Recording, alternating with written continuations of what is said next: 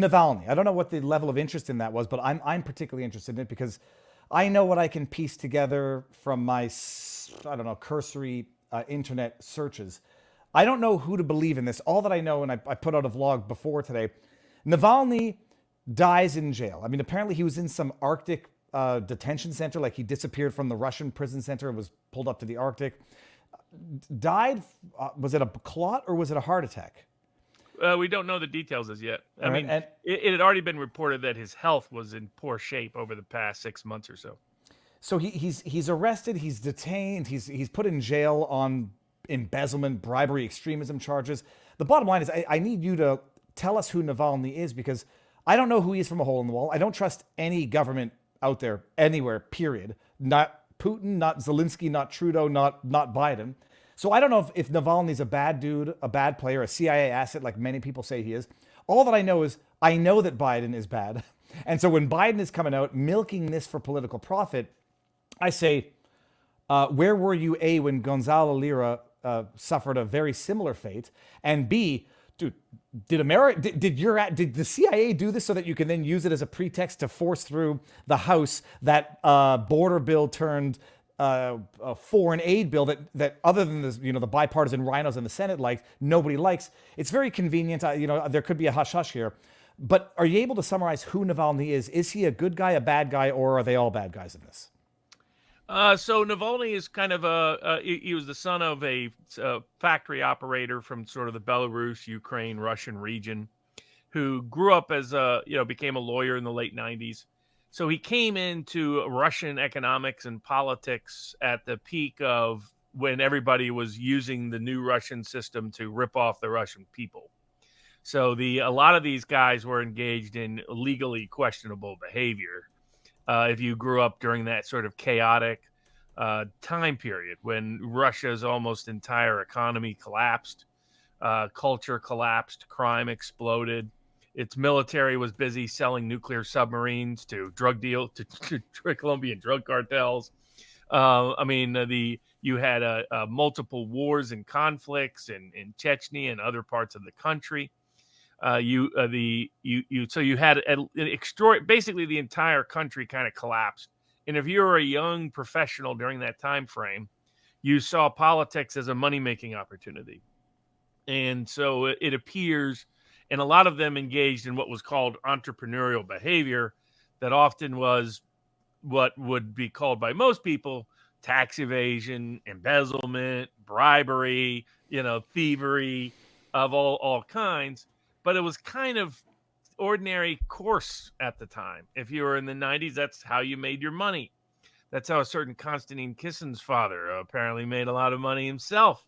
I think he now denies that he was the mini oligarch and one of the first people to really capitalize on that version of Russia, but that at least was the story at the time.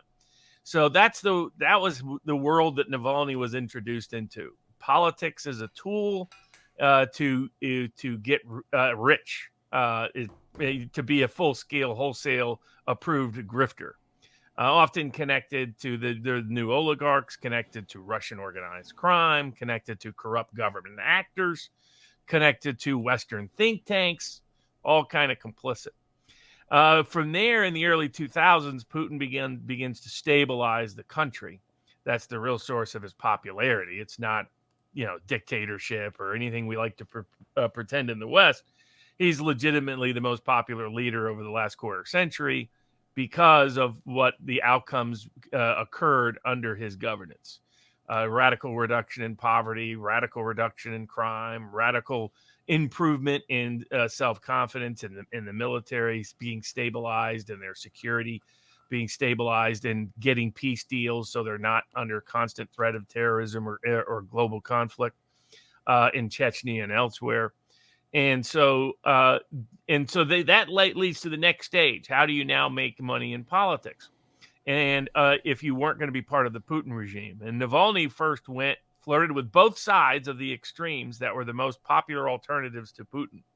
Those were the ultra nationalists in Russia, often would be labeled far right, very anti-immigrant, frequently, opposed to various forms of immigration, very often more radical on issues of Chechnya, often blended into sort of anti-Islamic belief structures. The often had racial undertones or sometimes overt. And then on the other side of the lead opposition to Putin was the communists. I mean, there was a resurgence of the Communist Party's popularity, especially in the late 90s, because of the collapse. You had 40% of seniors in poverty. You had homelessness. You had crime. You had alcoholism. I mean, you had problems that many ordinary Russians had not experienced at that scale. And so, there's a lot of criticisms of the communist regime, but one of them wasn't that crime was rampant. For example, it was hard to commit crime because everybody knew if you did it, because everybody was equally broke, and so forth. The criminals were the bureaucrats, the actual government employees. Those are the criminals. But that changed in the 90s. And he flirted with them too, Navalny. Then, the internet came to age, and Navalny tapped that and became one of the first online bloggers and used YouTube channels and ran for the mayor of Moscow. Got a little bit of support and popularity. But basically, he was kind of like a Lyndon LaRouche type figure, except not politically consistent. Very Russian in the sense during this time frame, and that their politics change depending on the week, the month, the day, or the year. But he was all over the place until after he has a little bit of surprise success as a blogger turned Moscow mayoral candidate, and Moscow has its own Moscow Mafia, as it's called. Not really organized crime as it is a political machine that's actually independent of and separate from Putin. These people are connected to Hunter Biden and other people, for example. They have their own corrupt regime there. He all of a sudden gets an invite to a new institute set up at Yale University, the Yale World Fellows Program. The Yale World Fellows Program was being run by the wife of Strobe Talbot. This was, in fact, it was based entirely on the Clintons' World Fellows Program that they had established while they were in the White House. And they use Yale to establish it, and they invite a lot of people, supposedly, to promote global peace and prosperity and what have you. They would tend to show up with deep state aligned groups all around the world, whether Venezuela, Colombia, Africa, Asia. And the big one they picked from Russia was Navalny, of all people. And that's from that point forward, all of a sudden his politics changed. He went from being, uber right-wing and ultra-nationalist, and it was time to take back Belarus and Ukraine and everything else in the Russian Empire, to being opposed to any conflict in Ukraine. He went from being, ultra right-wing on his cultural viewpoints to saying we needed to support gay marriage. And he was personally a big supporter of BLM, which I can tell you does not have huge support in Russia. And he became kind of the fake candidate of the West. The West pretended he was the big pot. The reason why I have Taylor of Panama behind me is it's like the silent opposition portrayed in Taylor of Panama, or the secret organization in Our Man in Havana by Graham Greene, both a book and a film. It was completely fake by the West. Navalny never had more than 2% support at his peak in Russia. There was no mass support for Navalny. He was not a mass leader. Nobody cared about him in Russia. Putin didn't care about him until he showed up as a Yale Global Fellow. And then he was like, what's going on here? What are they trying to use this fellow for? What's he up to? His campaign manager was caught on tape trying to pitch the West, hey, give us $20 million and we'll overthrow the government for you. Now, what happened is he had always been involved in embezzlement schemes. He, his brother, other people. But most of those schemes were not criminally prosecuted very aggressively. What happened, in fact, but after he shows up as a Yale fellow, all of a sudden the Russian government has a little more interest in him, and they do prosecute him for those old embezzlement schemes. I mean, he had like a half dozen ones. Every time he turned around, he was involved in some new embezzlement scheme. But that's how you made money in Russia during that time frame. The grifting was a way of life. It was a professional occupational path. Navalny called it just good entrepreneurial work. That's how they defined it there in Russia. It's kind of like what the Africans learned from colonial government, that bribery was just the way of, that's what good government equaled, because they witnessed it in live time. So, but he was put on probation, suspended sentences, but he kept getting into trouble over and over again. Now, the other thing he did is he used his new YouTube channel. So he was one of the first people in Russia to, for being an online blogger, also one of the first people to use YouTube in a particularly effective Apparently, manner. he had 6 million followers at one point on his channel. Oh, exactly. Boosted big. Now, part of that was because he was a Western backed guy. The West was backing him to support him with this idea that he would be the next president. They really convinced themselves. I think some were the smarter ones knew they were lying. Your Kissingers of the world knew this guy was was an unpopular version of Lyndon LaRouche. But the delusional ones convinced themselves that, it's like in Taylor of Panama, where the general says, "Gentlemen, there's a star missing from our flag." Talking about, waging war on Panama to add star number 51. There were some people like that in the West that really convinced your Condoleezza Rices of the world, some others, convinced themselves he was this deeply popular leader. He never had any popularity ever in Russia. But he had global, a lot of the 6 million weren't Russians. But what he did a good job of was, in his grifter space, he became a guy who you could pay him to rat out your enemies. So if you had an enemy within the government or an enemy within the Russian economic structure, you would go to Navalny, feed him a bunch of dirt about your opponent, and rat him out. Now, he got into trouble for this because he did no due diligence on any investigation he reported. So he got successfully sued for defamation, for libel, for other conspiracies because he couldn't back up what he claimed. But he developed this sort of gadfly, ne'er-do-well, protest outsider challenger within, particularly the younger population within Russia that was big in social media, kind of liked him. But that was the extent of it. He had no popular appeal beyond it. And then once he was like doing pro BLM stuff, pro gay marriage stuff, pro Ukraine stuff, he lost all appeal entirely. So, but the West convinced themselves that they could stage a coup, that they would overthrow Putin, and they would put Navalny in. And so he goes through this very peculiar thing where he's on a plane and supposedly he's poisoned. And so he has to go to Germany to get treatment. Poisoned with, like they said, Soviet era radioactive material. Yeah, they keep saying it's this incredibly powerful poison that manages to never kill anyone. Right. So it's like if Putin wanted you dead, yeah, you'd be dead. Well, we saw it with Poroshenko. I mean, it'll happen if Putin wants it. Oh yeah, of course. So Putin only cared about this guy to the degree he was a nuisance tied to the West that the West wanted to utilize him for. Beyond that, he was very insignificant in Putin's world, and in the ordinary Russian could care less about him. But so he uses this to generate lots of coverage in the West. He goes to Germany. Oh my God, the Putin tried to kill him. He's the next great leader. And remember, this is when all the West media was saying Putin's about to be overthrown. Putin's has health problems. Ukraine is a disaster. So they really had convinced themselves. Some people in the West, like Taylor of Panama, really convinced themselves Navalny was the next president of Russia. There was zero chance of that ever occurring. Zero. So he stages his little event. They claim that Putin poisoned him, but they won't allow an independent. Russia's like, let's do an independent investigation. Let's have multiple countries involved and see what happened. Oh no, Germany. We can't do that. Germany, because it's all fake. So dude goes back to Russia now, but of course, because he fled to Germany and staged this whole nonsense, he's violated terms of parole or something. Yeah, again, this guy was given like 3 suspended sentences. Right? I mean, he got convicted again and again and again and again for multiple crimes. And the Western excuse was always, oh, this is politically motivated, etc. They couldn't factually disprove any of the claims. It was quite clear the guy did commit the bribery and embezzlement.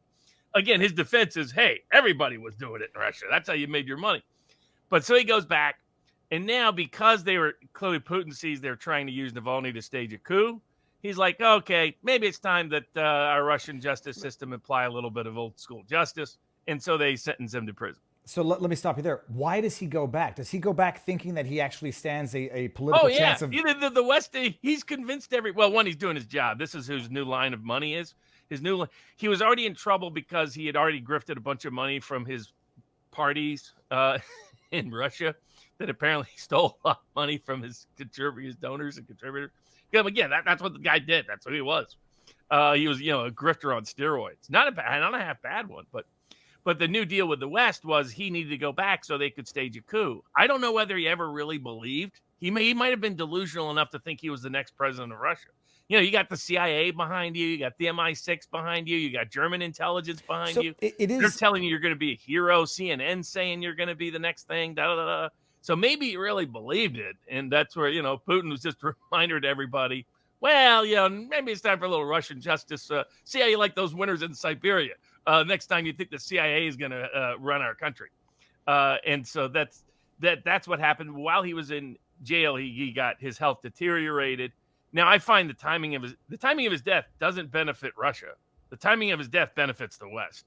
That's where a lot of people there was one person who said, I didn't think the CIA took him out until Biden made a big deal about being taken out. Robert, I was watching Biden's presser, and the thought hadn't entered my head, and I felt stupid. But then he's like, now's the time. Literally, people, history is watching, and now let me milk it. They can't get a vote. They can't get Ukrainian money passed.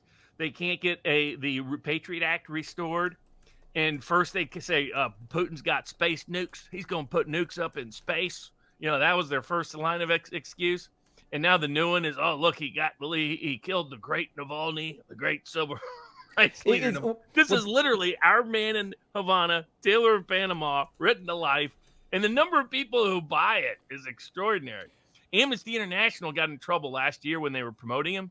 And people are like, well, let me give you some of Navalny's quotes over the years. It's him referring to certain groups as cockroaches who need to be stepped on.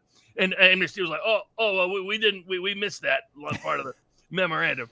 The guy's a complete fake. He makes us look like such a joke to the Russian audience. That's like, we never liked. This would literally be like saying Lyndon LaRouche was the most popular man in America and had been stolen his ability to be president. And Americans would be like, what in the heck are you talking about? I don't know how many Americans would know I Googled who Lyndon LaRouche was in the meantime, but I'll say analogously might be Kamala Harris, told she's going to be the president and has it stolen from her.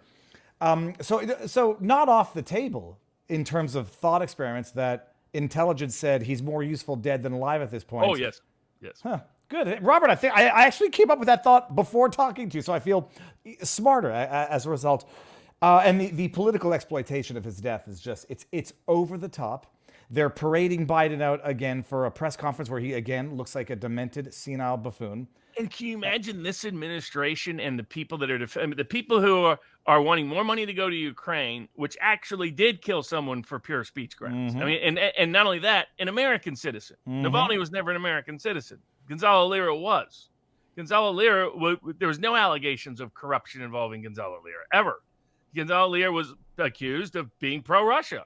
That's it, of his speech and his investigative work, and was basically summarily executed by the Ukrainian military and police. And yet we're going to send more money to them in the name of Navalny? I mean, while at the same time, Ben Shapiro, just go to Israel or someplace. You're not a real American. You're not loyal to America. Quit pretending you are. Him out there saying that Navalny's case is much worse than anything in America. No American has been denied bail. Well, where have you been living the last 3 years? People who have committed suicide or are dead, January 6th defendants, because they were denied bail. Put in solitary confinement for 300 plus days. Navarro is going to jail right now because he was being denied bail. Ben Shapiro is asleep at the wheel because he cares more about foreign countries than he does about America. Don't call it the Daily Wire. Call it the Israeli Wire. Call it the Deep State Wire. Don't call it the Daily American Wire, because you're not really American and you don't care about America. And, the fakes and phonies and frauds like this guy and these other people defending and excusing and saying, look at how horrendous the Navalny case is, aside from what a fraud that is, are the same people who have ignored what's happening to Trump, ignored what's happening on January 6th, ignored what happened to Gonzalo Lira.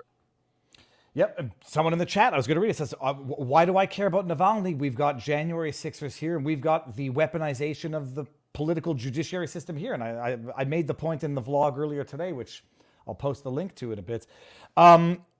That fantastic, Robert. I mean, that's like absorbing knowledge, and I'm going to go rewatch this, and everybody can now have a better understanding of what's going on to confirm their suspicions, or at least awaken to what's going on. All right, now real political abuse is what we're seeing to Trump in New York. Oh, well, what we're seeing in Atlanta, what we're seeing with Jack Smith, what we continue to see with January 6 cases. That's that's the only comparable example in the contemporary era is what they've done to the leader in Pakistan, who just won an election, even though they put him in jail, who was completely targeted for political reasons and totally bogus. But it's sad that that Russia isn't the country that's been the most egregiously abusing people's civil rights and civil liberties in the last half decade. It's the United States of America.